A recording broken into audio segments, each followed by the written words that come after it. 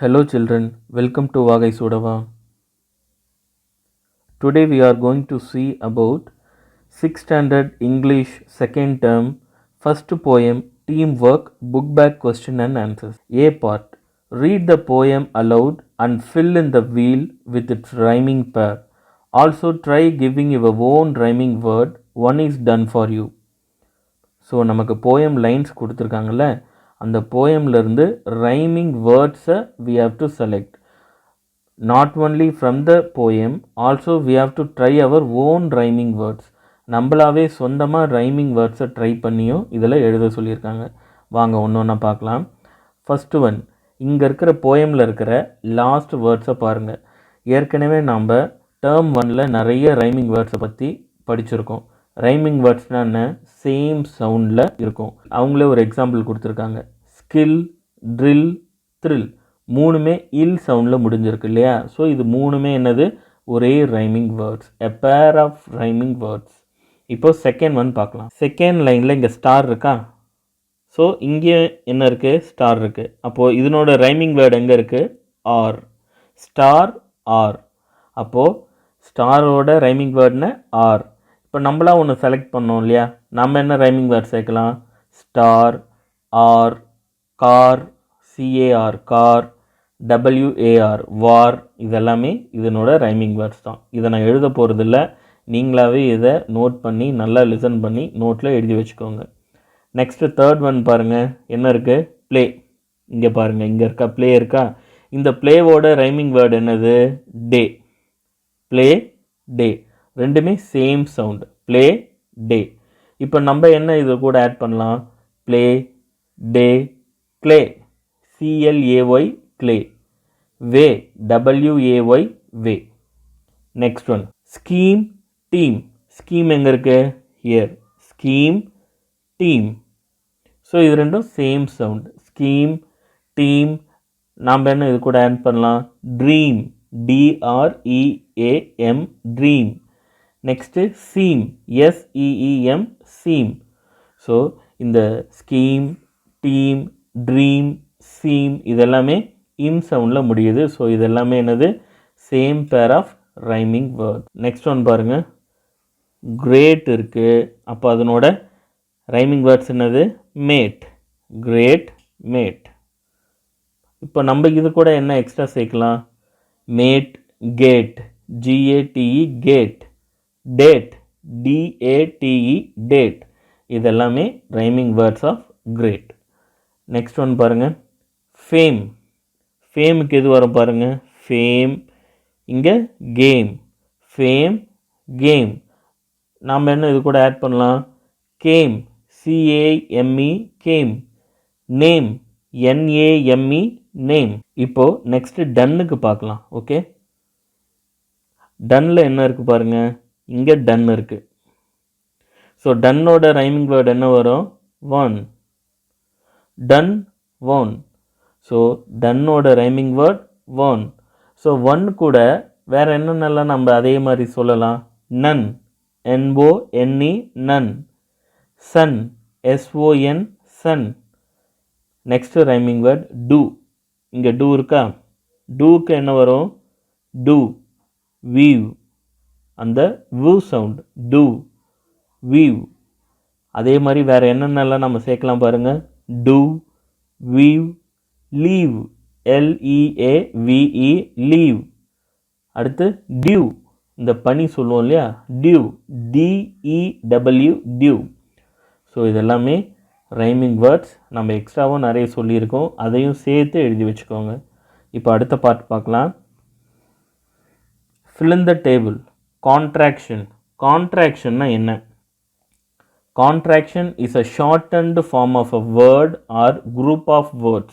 ஒரு வேர்டு இருக்குன்னா அந்த வேர்டை ஃபுல்லாக எழுதாமல் ஷார்ட்டாக எழுதுறது தான் என்னது, contraction. with an omitted letters often replaced in written English by an apostrophe. So ஒரு பெரிய வேர்டு இருக்குன்னா அந்த வேர்டை வந்து ஷார்ட்டாக எழுதும் பொழுது எந்த இடத்துல நம்ம லெட்டர்ஸை விட்டுட்டோமோ அந்த இடத்துல அப்பாஸ்ட்ரஃபி சிம்பிளை மேலே போட்டுட்டு எழுதணும். அதுக்கு பேர் தான் என்னது, கான்ட்ராக்ஷன். இப்போ இங்கே நமக்கு நிறைய எக்ஸாம்பிள்ஸ் புக்லேயே கொடுத்துருக்காங்க, அதுக்கான ஆன்சர்ஸை பார்க்கலாம்.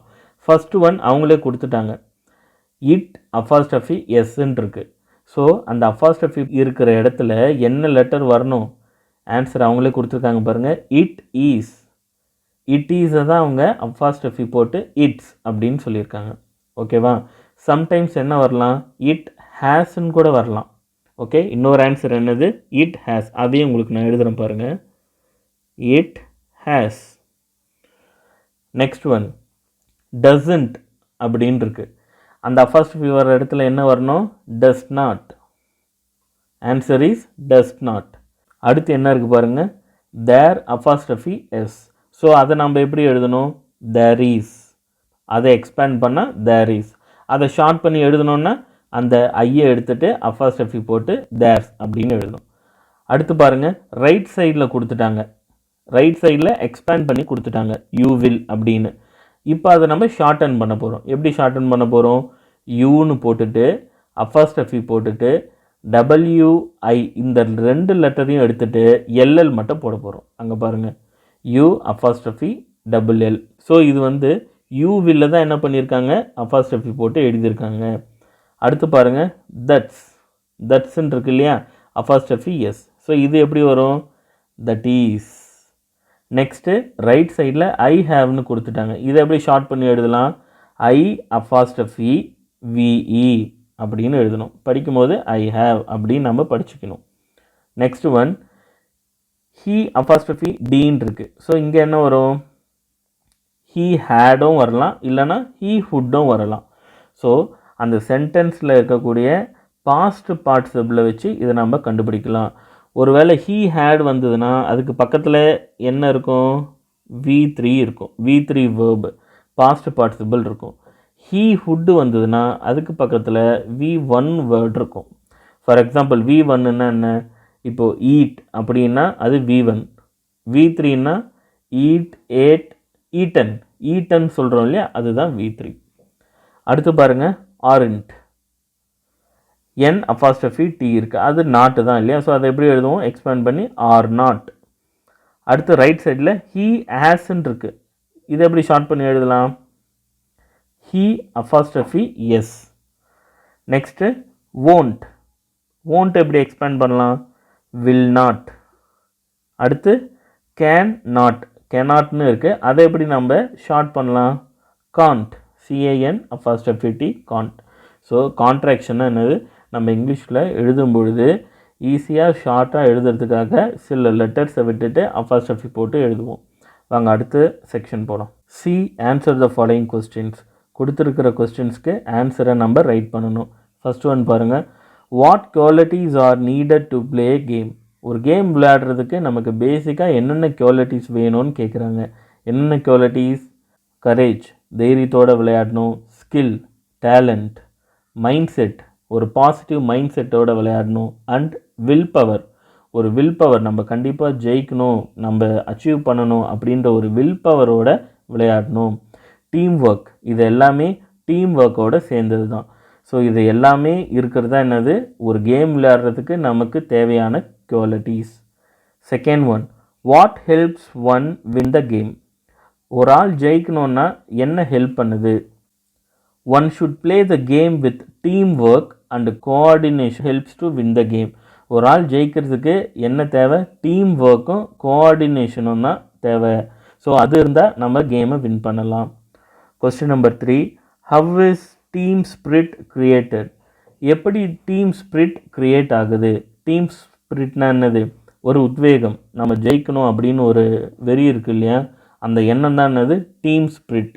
அது எப்போ உருவாகுது? The team spirit created by cooperation. எப்போ டீம் ஸ்பிரிட் உருவாகுதா? கோஆப்ரேஷன். அந்த டீமில் இருக்க எல்லாருக்கூடையும் நல்லா கோஆப்ரேட் பண்ணி விளையாடுறது, டீம் ஒர்க்கோட பிளான் பண்ணி விளையாடுறது. And helping one another. ஒருத்தருக்கு சரியாக விளையாட முடியலன்னா இன்னொருத்தர் அவங்களுக்கு கைட் பண்ணுறது, ஐடியா கொடுக்கறது, ஹெல்ப் பண்ணுறது, இந்த மாதிரி பண்ணுறது மூலயமா டீம் ஸ்பிரிட் உருவாகுது. அடுத்து D, read the lines and answer the questions given below. நம்ம போயம் படித்தோம் இல்லையா? அந்த போயம் லைன்ஸ் கொடுத்துருப்பாங்க. அந்த லைன்ஸ்லேருந்து சில கொஸ்டின்ஸ் கேட்பாங்க. அந்த கொஸ்டினுக்கு நம்ம அந்த லைனை வச்சுக்கிட்டு ஆன்சர் பண்ணணும். ஃபஸ்ட்டு போயம்லேருந்து ஒரு ஸ்டான்ஸாக கொடுத்துருக்காங்க, அதுலேருந்து கொஸ்டின் கேட்டிருக்காங்க. What does it stand for? இட்டுன்னா இங்கே எதை குறிக்குது அப்படின்னு கேட்குறாங்க. இந்த இட்டு என்ன குறிக்குது? It stands for will power here. புக்கை எடுத்து நீங்கள் பார்த்தீங்கன்னா தெரியும், இந்த ஸ்டான்ஸாக்கு முன்னாடி இன்னொரு லைன் ஒன்று இருக்கும். அந்த லைனில் வில் பவர்னு ஒரு வார்த்தை இருக்கும். வில் மைண்ட் செட்டு அப்புறம் வில் அப்படின்னு ஒரு வார்த்தை இருக்கும். அந்த வில் பவர் தான் மற்ற ஃபிலோமென் வந்து சரியாக விளையாடாத போது அந்த வில் பவர் தான் அவங்களுக்கு ஹெல்ப்ஃபுல்லாக இருக்கும் அப்படின்னு சொல்கிறாங்க. அதனால் இந்த இடத்துல இட்டுன்னா எதை குறிக்குது? Will power. பி கொஸ்டின் பாருங்கள். Right the rhyme scheme for the above lines. மேலே நமக்கு 4 லைன்ஸ் கொடுத்துருக்காங்க. அந்த 4 லைன்ஸ்லேருந்து நம்ம ரைமிங் ஸ்கீமை கண்டுபிடிக்கணும். ரைமிங் ஸ்கீம் எப்படி கண்டுபிடிக்கணும்? With the help of rhyming words. முதல்ல ரைமிங் வேர்ட்ஸை கண்டுபிடிச்சிக்கணும், அதுக்கப்புறம் தான் நம்ம ரைமிங் ஸ்கீமை கண்டுபிடிக்க முடியும். இது ரொம்ப ரொம்ப சிம்பிள் தான், சரியா? இப்போது ஃபஸ்ட்டு லைன் பாருங்கள். ஃபஸ்ட்டு லைனில் கடைசி வார்த்தை என்ன இருக்குது? ஸ்கோர்னு இருக்கா? அதே மாதிரி தேர்ட் லைனில் பாருங்கள், ஓ அஃபாஸ்டஃபி ஆரி. இதுக்கு அர்த்தம் என்ன? ஓவிஇஆர், ஓவர்னு அர்த்தம். ஸோ ஸ்கோர், ஓவர் ரெண்டுமே இர் சவுண்டில் முடியுதா? அப்போ இது ரெண்டுமே ரைமிங் வேர்ட்ஸாக? ஸ்கோர், ஓவர் ரெண்டுமே ஒரே சவுண்டில் முடியுது, அதனால் ஒரே பேர் கொடுக்கணும். இதுக்கும் ஏ கொடுப்போம், இதுக்கும் ஏ கொடுத்துருவோம். நெக்ஸ்ட்டு பாருங்கள், சீம். செகண்ட் லைனில் பாருங்கள், சீம் இம் சவுண்டில் முடியுது. அதே மாதிரி ஃபோர்த் லைன் பாருங்கள், டீம் இம் சவுண்டில் முடியுது. ரெண்டுமே சேம் சவுண்டில் முடியுதா? Seem, team. அப்போது இது ரெண்டுத்துக்கும் இன்னொரு பேர் பி. இதுவும் டீமில் தானே முடியுது, இம் சவுண்டு. ஸோ இதுக்கும் பி. இப்போ ஆர்டராக சொல்லுங்கள். ஏ பி ஏ பி, அதை தான் இங்கே எழுதியிருக்கோம். AB AB. இது ரெண்டும் என்னது? சேம் ரைமிங் வேர்ட்ஸ், அதனால் பின்னு கொடுத்துருக்கோம். அது ரெண்டும் சேம் ரைமிங் வேர்ட்ஸ், அதனால் அதை ஏன்னு கொடுத்துருக்கோம். இந்த மாதிரி பேர் கொடுத்துட்டு லைனாக எழுதிக்கணும். ஏபி ஏபி அப்படின்னு சொல்லிட்டு எழுதிக்கணும். ஸோ ரைமிங் ஸ்கீம் நமக்கு என்னது? AB AB. கொஸ்டின் நம்பர் 2 பாருங்கள். இதுலேயும் 4 லைன் கொடுத்துருக்காங்க. கொஸ்டின் கேட்டிருக்காங்க, ஹூம் டஸ் தே ரிஃபர் டு? இந்த இடத்துல தேன்ற வார்த்தை யாரை குறிக்குதுன்னு கேட்டிருக்காங்க. They refers to our team. தேன்ற அந்த வார்த்தை யாரை குறிக்குது? Our team. They may sound your praise and call you great. இந்த லைனில் நம்மளை வந்து ஒரு மேட்ச் ஜெயிச்சிட்டோம்னா, நம்ம நல்லா விளையாடணும்னா நம்மளை எல்லாருமே ப்ரைஸ் பண்ணுவாங்க, நீ தான் கிரேட் அப்படின்னு சொல்லுவாங்க. அப்படின்னு யார் நம்மளை சொல்லுவா? அவர் டீம், நம்ம டீம் மெம்பர்ஸ் சொல்லுவாங்க. ஸோ இந்த இடத்துல தேன்றது our team. B, which line talks about team spirit? இந்த கொடுத்துருக்க 4 லைனில் எந்த லைன் வந்து டீம் ஸ்பிரிட்டை பற்றி பேசுது? Third line. தேர்ட் லைனை பாருங்கள். But you must work with your running mate. நம்ம டீம் மெம்பர்ஸ் கூட கோஆப்ரேட் பண்ணி கோஆர்டினேஷனோட டீம் எஃபர்ட்டோட டீம் ஒர்க் பண்ணும்போது தான் நம்ம ஜெயிப்போம் இல்லையா? அப்போ தான் டீம் ஸ்பிரிட் உருவாகும். அதனால் தேர்ட் லைனில் தான் என்ன சொல்லியிருக்காங்க? ரன்னிங் மேட், நம்ம கூட விளையாடுறவங்களோட சேர்ந்து ஒத்துமையாக விளையாடணும்னு சொல்கிறாங்க. அதனால் தேர்ட் லைன் தான் என்னது? டீம் ஸ்பிரிட்டை பற்றி பேசக்கூடிய line. C, pick out the rhyming words from the given lines. கொடுத்துருக்க 4 லைன்ஸில் ரைமிங் வேர்ட்ஸ் கண்டுபிடிக்கணும். ரொம்ப சிம்பிள். ஃபஸ்ட் லைன் பாருங்கள், great. Third line mate. Great mate, same sound, it sound. அடுத்து ஃபேம், கேம். ஃபேம் கேம், ரெண்டுமே இம் சவுண்ட். ஸோ இதுதான் rhyming words. Great mate, fame game. இதுக்கு நம்ம ரைமிங் ஸ்கீமும் ட்ரை பண்ணலாம். கிரேட் ஏ, மேட் ஏ, ரெண்டுமே சேம் சவுண்டு, அதனால் ஏஏ. ஃபேம்னா என்னது? பி. கேம்னா என்னது? பி. இது ரெண்டுமே சேம் சவுண்ட், ஸோ பிபி. இப்போ இது ஆர்டராக எழுதலாம் 1 by 1. First line A, second line B, third line A, fourth line B. So AB தான் இதனோட rhyming scheme. E, pair work. Discuss with your partner and list out any 5 team games. நம்ம இப்போது 5 team கேம்ஸை list பண்ணணும். Team கேம்ஸ்னால் என்ன? More தென் 1. ஒருத்தருக்கு மேலே எத்தனை பேர் இருந்தாலும் அது வந்து ஒரு டீமாக தான் நம்ம கன்சிடர் பண்ணுவோம் இல்லையா? ஸோ டீம் கேம்ஸை நம்ம லிஸ்ட் அவுட் பண்ணணும். First one, cricket, football, hockey, basketball, kabaddi. இந்த எல்லா கேம்ஸ்லையுமே கண்டிப்பாக மோர் தென் 5 பீப்புளுக்கு மேலே தான் இருக்காங்க. மோர் தென் 6 or 7 பீப்புள் மேலே தான் இருப்பாங்க.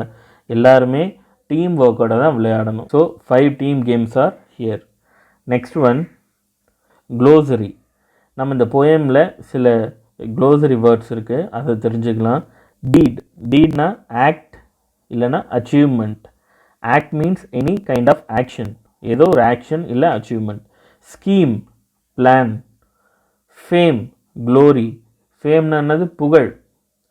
ஸோ அதனோட சேம் ஈக்குவலண்ட் வேர்டு என்னது? க்ளோரி. க்ளோரின்னாலும் அது புகழ் தான்.